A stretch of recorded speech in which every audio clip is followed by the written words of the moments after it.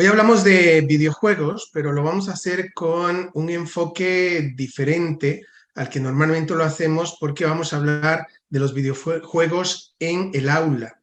Para ello me acompaña el profesor Ferran Adel, él es profesor de la UOC, de la Universidad Oberta de Cataluña. ¿Qué tal, Ferran? ¿Cómo estás? Muy bien, un placer. Encantado, muchas gracias por acompañarnos. Y bueno, habéis hecho un estudio y luego de leerlo y entender algo de lo que habéis puesto, lo primero que hago es pensar en todos estos conflictos padre-hijos cuando se están hablando de los juegos y ahora venís a recomendarlos. Dice el estudio que pues sí hay una forma en la que aporta en el aula. Si te parece, ¿qué tal si empezamos por ahí y nos ayudas a entender ese rol que podrían jugar los videojuegos en el aula? Ujú. Sí, bueno, aquí primero que todo hay que hacer un poco una revisión, ¿no? La percepción que tenemos de el recibimiento de los padres de los videojuegos como ocio de sus hijos y como educación de sus hijos, normalmente está un poco modificada por las noticias que publicamos, por los medios de comunicación. Y en realidad tenemos bastantes estudios, ya recuerdo el primero, creo que de 2012 o 2011, en el que ya un montón de padres cuando les entrevistaban ya veían que los videojuegos no les iban mal a sus hijos, ¿eh? El problema es que a veces confundimos videojuegos con abuso de videojuegos, cosa que a determinadas edades los niños tienen tendencia a abusar de las cosas que les gustan, ¿no? Y el problema que normalmente hay con los videojuegos y lo que creo que genera más peleas con los padres es esa situación del niño que no quiere cerrar el ordenador o la consola, que no quiere ir a cenar, que no quiere ir a dormir a la hora que toca, y seguramente es más un problema de abuso que de uso, digamos, ¿no?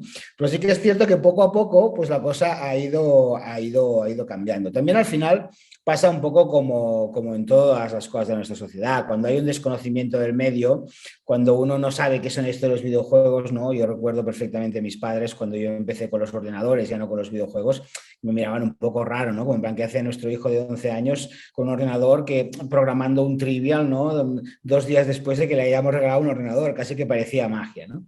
Y con los videojuegos pasó un poco lo mismo, no entendían nada, supongo que había esta fractura, ¿no? Un poco generacional. Y poco a poco hemos ido teniendo a padres jugadores, profesores jugadores, gente que en sus ratos de ocio pues ya juegan, con lo cual ya conocen un poco más el medio. Y los profesores ya un poco de forma intuitiva han ido probando, igual que han probado herramientas digitales, pues vamos a ver si podemos sacar un poco a usos educativos de estos videojuegos que tanto gustan a los niños, ¿no? Uno de los grandes problemas de los profesores precisamente es conseguir que a los niños les gusten las clases, que estén atentos, que quieran seguir haciendo lo que están haciendo en vez de hacer otra cosa. Y esa es una de las principales virtudes de los videojuegos. Los videojuegos, claro, por sí mismos, por las historias que nos cuentan, por la calidad gráfica que tienen, por los retos que plantean a los chavales, es algo que a todos los que jugamos nos gusta seguir jugando, ¿no? Y nos cuesta parar. Y la idea, digamos, del uso de los videojuegos educativos, entre otras, ahora las comentaré, es aprovechar precisamente ese tipo de virtudes que los videojuegos tienen per se, por el simple hecho de ser videojuegos, e intentar pues, usarlos como herramientas educativas, ¿no? Claro, eso en un primer momento se hizo inventando videojuegos educativos, ¿no? Los típicos videojuegos muy básicos que enseñaban a los niños a sumar y a restar, o pequeños programas que en realidad más que videojuegos, no era una especie de libros de texto interactivos que intentaban añadir un poco de diversión en el aprendizaje, pero que no acabaron de funcionar muy bien. Seguramente mejor que los métodos clásicos, pero no acabaron de funcionar muy bien.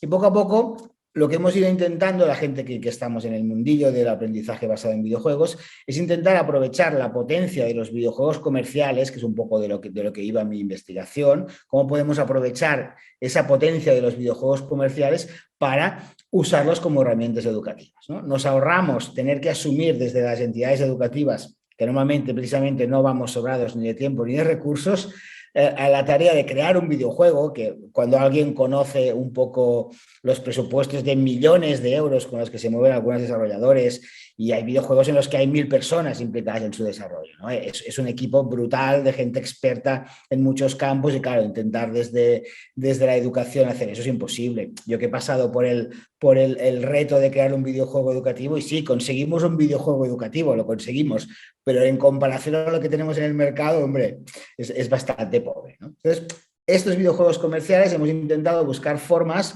de llevarlos a las aulas porque al final el videojuego aparte de lo que comentaba de que genera una atención y un mantenimiento del interés por parte del chaval, tiene toda una serie de funcionamientos, de resolución de problemas, de pensamiento crítico, de habilidades mentales, lo que llamamos soft skills o habilidades blandas, que por sí mismos, por el simple hecho de jugar a videojuegos, ya se están desarrollando, ¿no? Entonces, claro, esto ya les da a los profesores un punto de partida muy bueno para poder crear un poco de eso.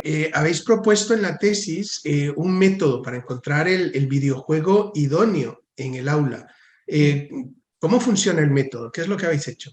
Claro, aquí el método responde, yo hace muchos años que me dedico, entre otras cosas, aparte como parte de mi investigación, a formar profesores precisamente en eso, ¿no? Yo creía que la mejor forma de expandir un poco el Video Game Based Learning era precisamente en contacto con los profesores, ¿no?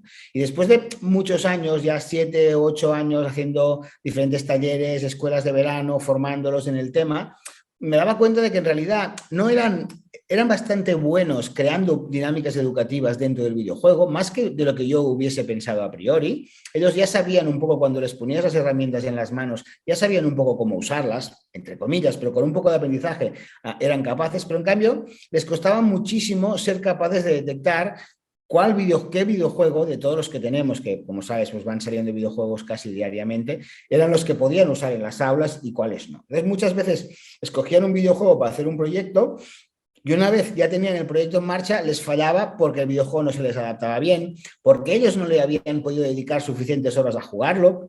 Volvemos a lo que decía del tiempo disponible, ¿no? Al final, pues es complicado que un profesor encuentre tiempo para poder jugar 4, 5, 6, 7 horas diariamente durante una semana un videojuego para entender cómo funciona. Es muy difícil, ¿no? Entonces, mi idea fue, vamos a intentar aprovechar lo que ellos ya saben hacer, intentar cubrir un poco aquella parte que les cuesta más y que la gente que llevamos muchos años no solo jugando videojuegos, sino estudiándolos y analizándolos y usándolos en la educación, pues ¿qué podemos aportar? ¿No? Y aquí fue mi idea de desarrollar un método que lo llamé el método para la detección de las potencialidades educativas de los videojuegos comerciales. Sabemos que las tesis tienen que tener títulos largos siempre. ¿No? Y al final es como que la idea fue desarrollar un filtro, al final lo hemos llamado método porque tiene una secuencialidad, por final es un filtro que permite que los profesores sepan, con un análisis no tan profundo quizás o no tan detallado, siempre será mejor jugarlo las máximas horas posibles, pero como mínimo hacer un filtro a priori de si un videojuego puede ser útil. Y eso lo formalicé en 5 características, que evidentemente podrían ser muchas más, pero creo que son las más importantes. La primera, que puede parecer muy básica, lo es, pero no siempre es fácil de detectar, es el nivel de dificultad, o lo que llamamos curva de aprendizaje. Hay videojuegos que, por cómo están hechos, por el nivel de dedicación que requieren, necesitaríamos que los chicos estuvieran jugando al videojuego durante 3 meses, durante muchas horas, para luego poderlo usar en el aula. Y eso normalmente no es posible, a no ser que aproveches que ya hay una moda de ese juego en un aula y aproveches que los niños ya lo juegan, ¿no? Con lo cual, buscar niveles de dificultad que sean accesibles, es decir, que rápidamente podamos empezar a jugar, como lo que pasa con el famosísimo Minecraft, que tiene mucho protagonismo en la tesis, porque soy muy fan de ese videojuego. O que como mínimo la curva de aprendizaje no sea muy dura. Es decir, que aunque tú al principio el juego pueda parecer difícil, con dedicarle un par de tardes y ya puedes, digamos, un poco desarrollarte. Y ese fue el primer criterio y el más importante, ¿no? Entonces, hay 3 criterios que para mí son determinantes. Uno es la capacidad de generar inmersión. La inmersión la entendemos como un poco, resumiendo lo que te comentaba antes, ¿no? Esa capacidad que tienen los videojuegos de hacernos identificar con el personaje jugador, con el protagonista, hacernos pensar que somos ese personaje, a desconectarnos un poco del mundo real, con lo cual estar viviendo dentro del mundo del videojuego, y hacernos entrar en lo que a un filósofo de nombre, a un psicólogo, perdón, de nombre impronunciable, generó, que es la teoría del flow, que lo que dice es que llegamos a un punto en el que, si nos plantean retos suficientemente difíciles como para que nos requieran un esfuerzo, pero a la vez asequibles, es decir, que los podamos resolver en un entorno bien ambientado, con una historia rica y tal, entramos en una especie de situación como de un nirvana, como una concentración que hace que nosotros, digamos, pues estemos muy concentrados y muy focalizados en esta tarea. Y eso para la educación es brutal, aumenta muchísimo los buenos resultados del aprendizaje y, sobre todo, nos permite lo que comentaba, ¿no? Es decir, que los chicos quieran seguir resolviendo ese reto, no tanto por lo que aprenden, que muchas veces también, sino porque quieren resolver el reto de ese jugador, quieren resolver la historia, quieren saber qué pasa, y eso es brutal, ¿no?